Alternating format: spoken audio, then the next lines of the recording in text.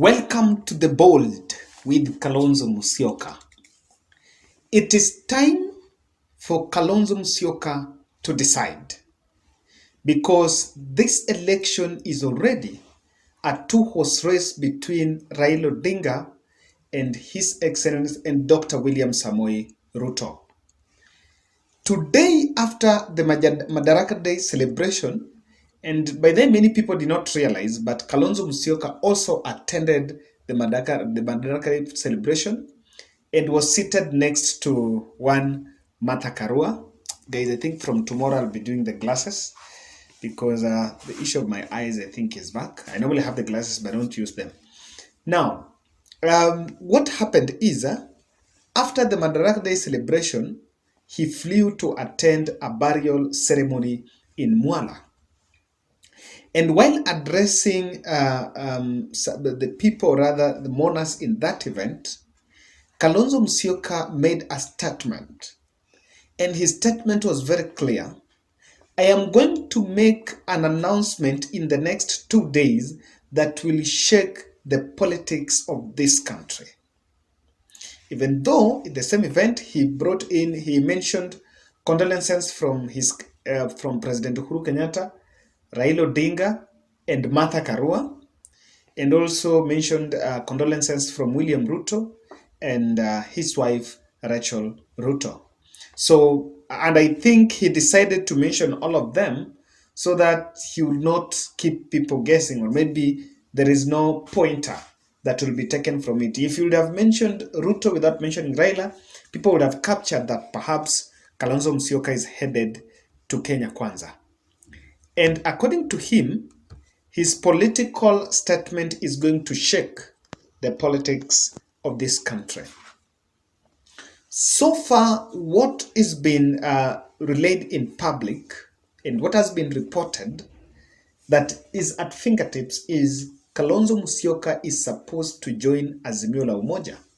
In the ground set, the clergy had called on him to take that direction.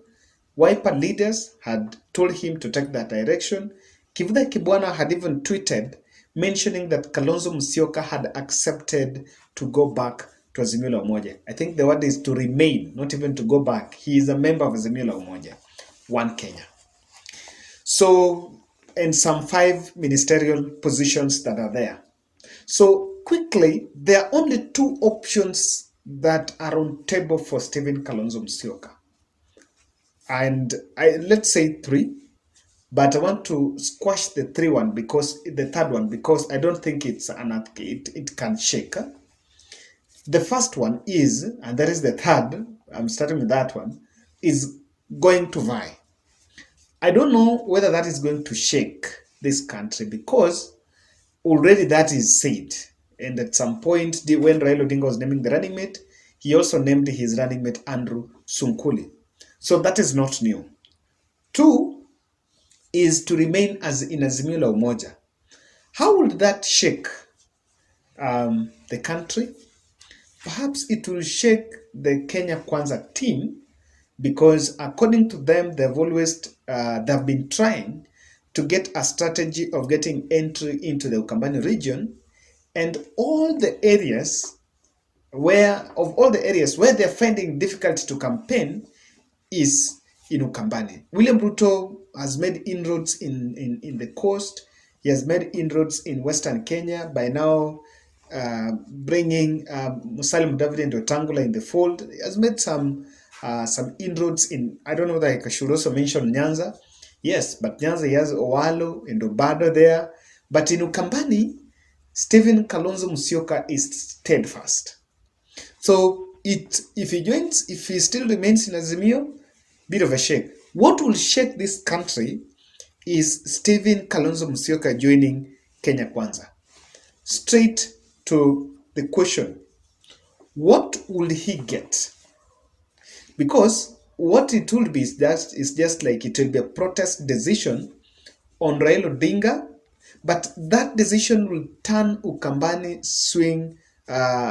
region to a swing vote. And that is why it will shake the country in terms of people get shocked, but it will not tilt the politics I'm saying it will not tilt a lot because what Kalonzo Musyoka will do, he will turn that place, or rather Ukambani region, as a swing vote. Because he will cross over the other side. Raila will now need to regroup Charity Gilu and Kivutha Kibwana, and that is not the direction that he will take. So one thing I want to say when I started this analysis is why Kalonzo Musyoka must decide. Because campaign period has started. Raila Odinga is supposed to take his papers to IBC, and the campaigns are rolling. Yesterday, Raila was in Nairobi with Martha Karua, and then things are taking shape. Time will come when whatever he might bring to the ballot may not be enough for what he's calling for. I think he's the most comfortable politician because for the Kamba nation, I don't know why it's just obvious that he has them at fingertips. So he doesn't care. It's not about. He just knows that I say they will do this, and that is very dangerous. Number one, Kalonzo Musyoka decision will either build and crush Wiper Party.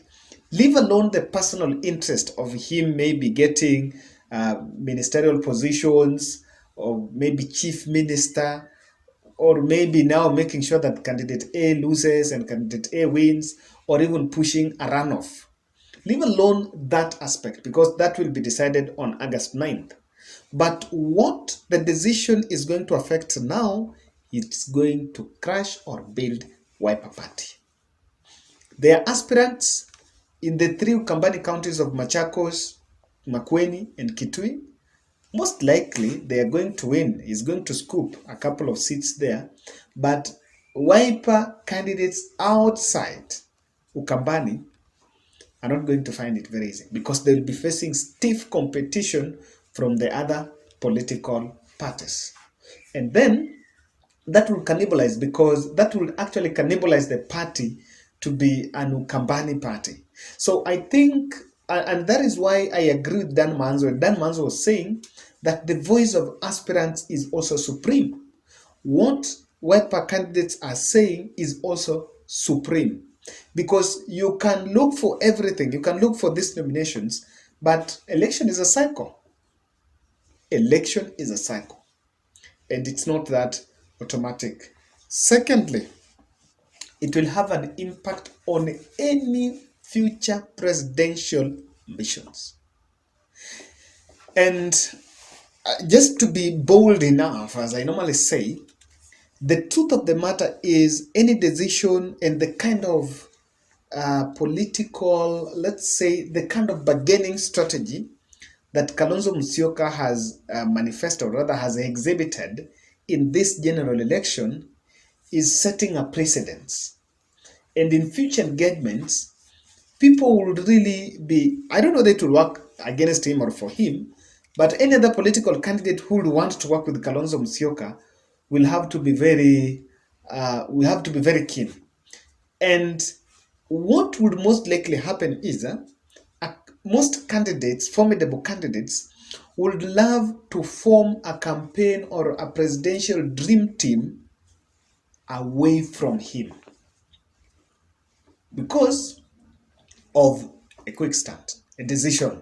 I think there's just a lot is difficult to understand. That's what I'm going to say. So the presidential, it's going to alter because even either way, even if he goes to Azimio, most likely he can inherit Raila Odinga's the 5 million Raila Odinga's votes in any time if he needs them. If he crosses over to Kenya Kwanza, then he will have an uphill task of, because he cannot inherit William Ruto's supporters. Most likely he will not. He will not inherit, because in future election, and let me just say lastly here, in 2027, if Raila becomes president and decides not to vie and pass the baton to another person, perhaps even seeking a second term or maybe endorsing a candidate, there will be two successions. There will be Raila's succession and there will be Uhuru succession. And tomorrow, by the way, I'll find time to look at that. Critical analysis, observation here. It's time for Kalonzo to decide. Anyway, because I think political strategists of both sides are struggling with undecided voters.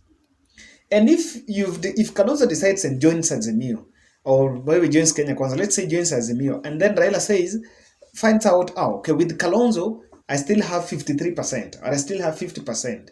It will help them to adjust strategy. And election is just 2 months coming. We are in today's date first. 2 months coming. It's only campaign period is only June and July. Then the first week of August, and we get the home stretch. So people need to move. And I think this should be the last analysis we are doing, or rather I'm doing about Kalonzo Musyoka's announcement. So that next time we do an analysis whether he's a member of Kenya Kwanza or that one of Azimio la Umoja. Ladies and gentlemen, what is the looming earthquake? If you have an idea, if you have some gist, tell us. What do you expect?